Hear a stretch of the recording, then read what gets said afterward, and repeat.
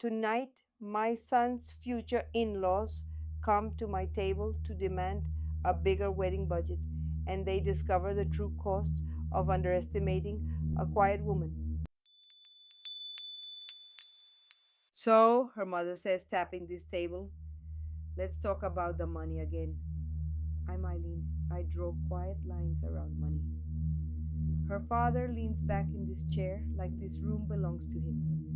My son sits between us, hands tight, eyes on the paper. It's only a small change, her mother adds. 5,000 more, nothing dramatic. My son whispers, Mom, please, just listen. I say, I am listening.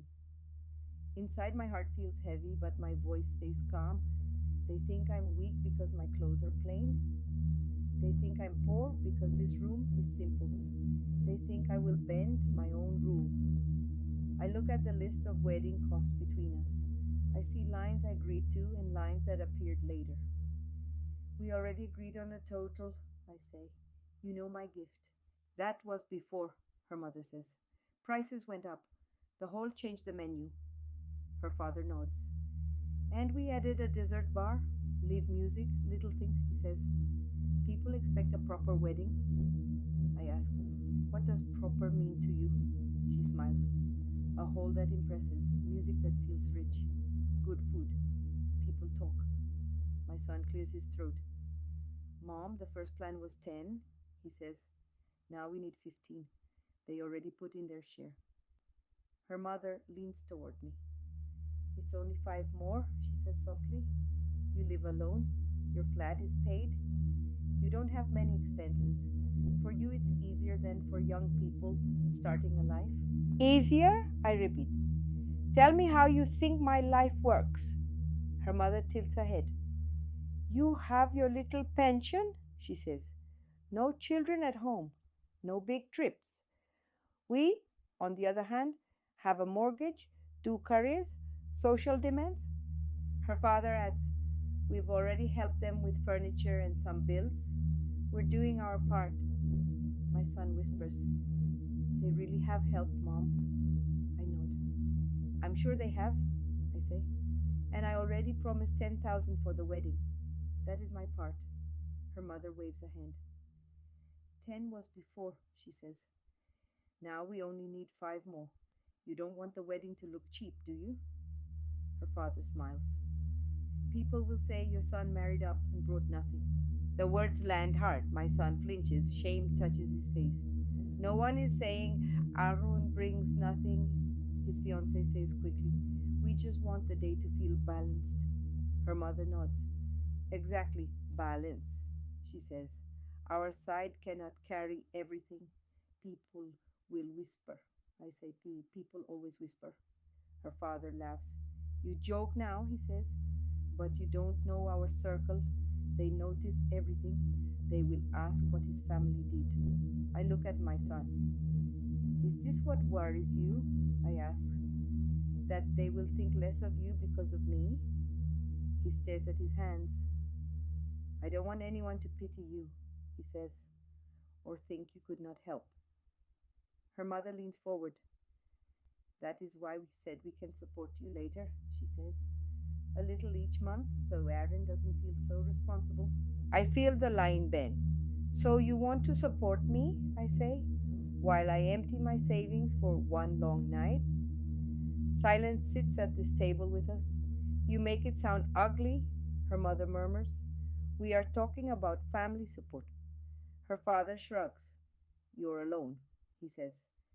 We assume money is tight. We thought you would be grateful. My son winces. Please, he says, can we stay calm? I look at him. Aaron, what do you think is fair? He looks at this table. I think 5 more would help, he says. But I also know you already promised 10. I'm stuck in the middle. I breathe in slowly. For years, I chose to live small on the outside so noise would not follow me home. I never told them what I really earned. I never needed applause. I only needed peace. Her mother straightens. We are not pushing, she says. We are just adjusting. 10 was before. Now life is different. I say, words matter. Adjust sounds gentle. This is pressure. She frowns. Pressure? We invited you into the decision. Her husband adds, we could have sent an email with the final bill. This is respect. My son says, Mom, maybe we can spread the cost. You pay now, and we pay you back later. I shake my head. I don't lend for parties, I say. I don't lend for show. Her mother sighs loudly. You are making this difficult, she says. We are embarrassed to talk about numbers like this. I nod. So am I say. But you started. The room feels warmer, not from air, but from rising tempers. Her father drums his fingers on this table. What if we think of it like a promise? He says. If the total goes over, you cover whatever is missing. That way we can plan freely and you don't look cheap. My son looks up, hopeful. That could work, he says. You might not even need to pay the full 5, Mom. I ask her father, so you want me to be the open end of the bill? He smiles. You have no debts, he says. You're safe. We are still building. We can't go to the bank for every little thing. I say, you're asking me to be the bank. You are asking me to be the safety net for your risks. Her mother reaches for a softer tone. Think of it as love, she says. When our parents helped us, we didn't question it. I look at my future daughter-in-law. Lena, what do you want? I ask. Her eyes shine with stress. I want everyone calm, she says. I want a beautiful day. I don't want my parents angry or you offended. I say, those 3 cannot all stand on a lie. She whispers, maybe we can cut some things. Her mother shoots her a sharp look. We are past cutting, she says. Invitations went out. We cannot go backwards now. Her father adds, our families already picture a certain level. If it looks cheap, they will blame us. Or him. He nods toward my son. My son rubs his face. I don't want anyone to think I failed, he says. Not them, not you. I hear his fear, heavy in this room. It is not the debt that scares him. It is the shame. I rest my hands flat on this table. Let me ask you something, I say. If you had never seen my home, never seen this room, what would you think I can afford? Her mother blinks. We see how you live, she says. Simple, old furniture, no travel photos. It tells a story. Her father adds, on paper, you are just an older woman with a small income. No one expects you to manage big sums. My son stares at him shocked. Dad, he says, then corrects. Mr. Cole, please. The sentence hangs between us like smoke. Inside me, something steady rises. Not fire. Stone. So, I say softly, you think I cannot manage large sums, yet you want me to promise an amount with no clear end? Her mother mutters, you are twisting our words. I answer, no, I'm just saying them out loud. My son rubs his temples. Can we please stop fighting, he says. We should be talking about music and colors, not this. I nod. I would love that, I tell him. But we cannot hang pretty things on a rotten beam. He frowns. What do you mean? If the money talk is sick, I say, the joy on that day will also feel sick. Her father sighs. This is getting nowhere, he says. Maybe we should have gone to a bank instead. The word sits on this table too. Bank, loan, interest, worry. Part of me aches for them, part of me feels clear. You're free to do that, I say. My gift stays at 10. Her mother stares at me. You really will not move, she asks. You would risk them starting married life with debt? My son's voice trembles. Mom, he whispers. I look at my son. It is time to open a door I kept closed. Aaron, I say, hi now. How many times have I asked you for money? He blinks. Never, he says, not once. How many times have I failed to pay my own bills? I ask. Never, he repeats. You always seemed fine. Her mother cuts in. Seemed, she says. Appearances can lie. I smile. Yes, I say. They can? I straighten in this chair. For 35 years, I tell them, I worked in one place. Not a little clinic desk like you think, but as operations head for a group of clinics. I signed contracts. I ran budgets larger than this whole wedding many times over. The room goes very quiet. For a moment, no one moves. Even the air holds its breath. Her mother's voice drops low. That's that's impossible, she says. Her father's tone changes, soft and careful. Mrs. Eileen, he says, you should have told us. This this changes things. My son stares at me like I am new. You never told me, he whispers. You always said you helped the doctors. I nod. That was true, I say. I just didn't list the details. Then I shake my head. No, I add, this changes nothing but your perception. It changes nothing about my boundary. Her mother's sharpness returns. If you have such a big job, she demands, why live like this? Why not move? Buy new things. Show you are successful. Because I learned early that loud wealth attracts loud problems, I say. My husband and I chose quiet. Her father snorts. So you have money, he says. All this time you watched us worry about costs? I shake my head. I watched you plan beyond what you could calmly afford, I say. That worry is not mine. My son whispers, how much, Mom? I smile at him. Enough to live safely, I say. Enough that I could pay this whole wedding if I wanted. Her mother's eyes widen. Then why won't you? She cries. What kind of mother are you? The words sting, but I stay steady. The kind who will not reward disrespect, I answer. The kind who will not teach her son that love means saying yes to every demand. My son looks pained. I didn't know, he says.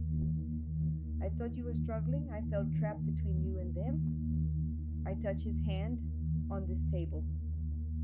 You are not supposed to carry my numbers, I tell him. You were supposed to carry your own life. He gives a small, broken laugh.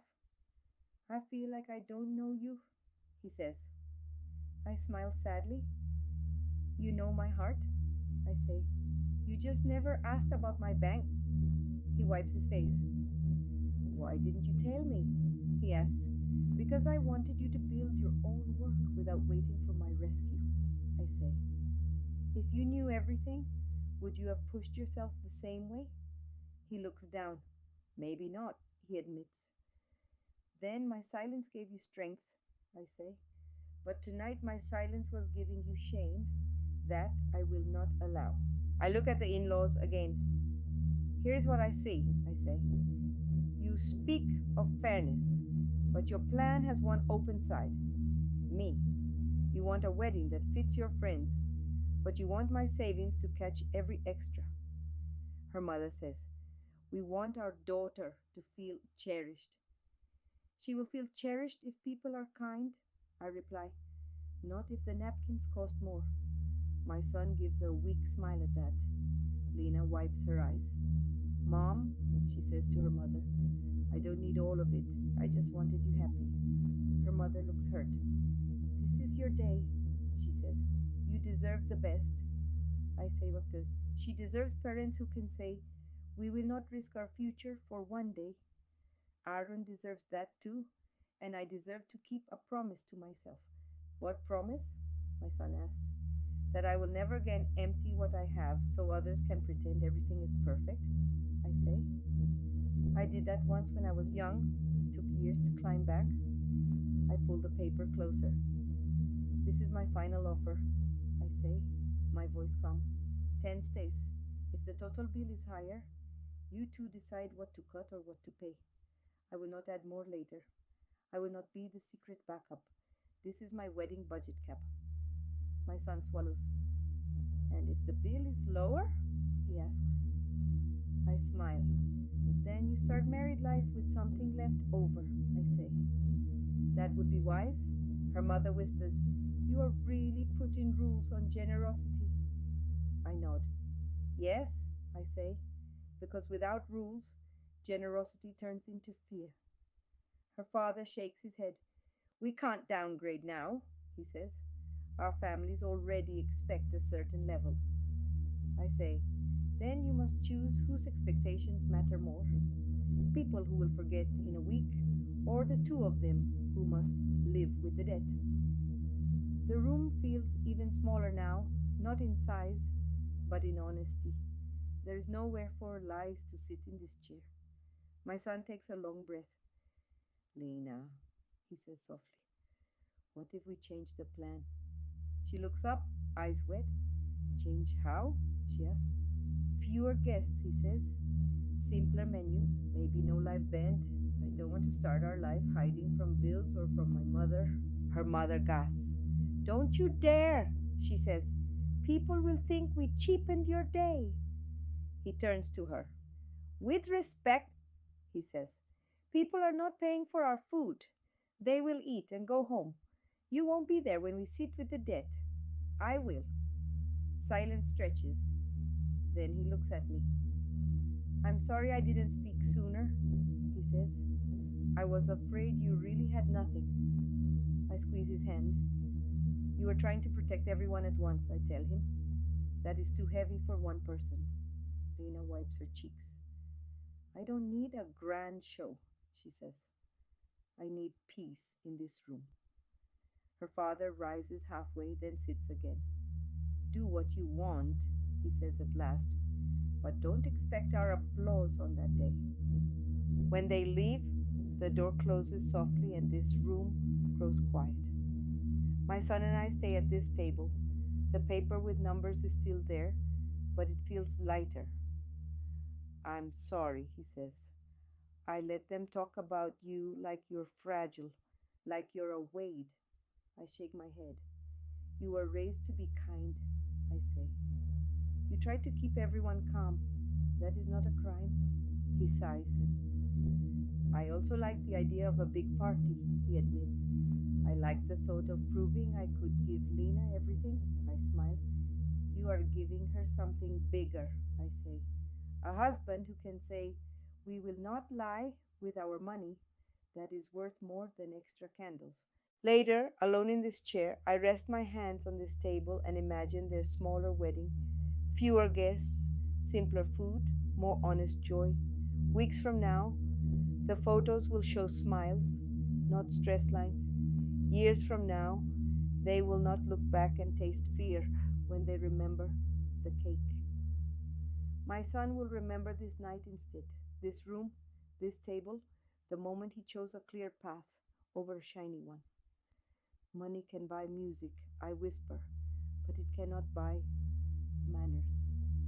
It cannot teach someone to see a quiet woman and assume strength instead of weakness. That lesson must grow in the heart. My part was to draw one firm line and keep it. I did. I protected my savings, my dignity, and my son's future, all from this simple room.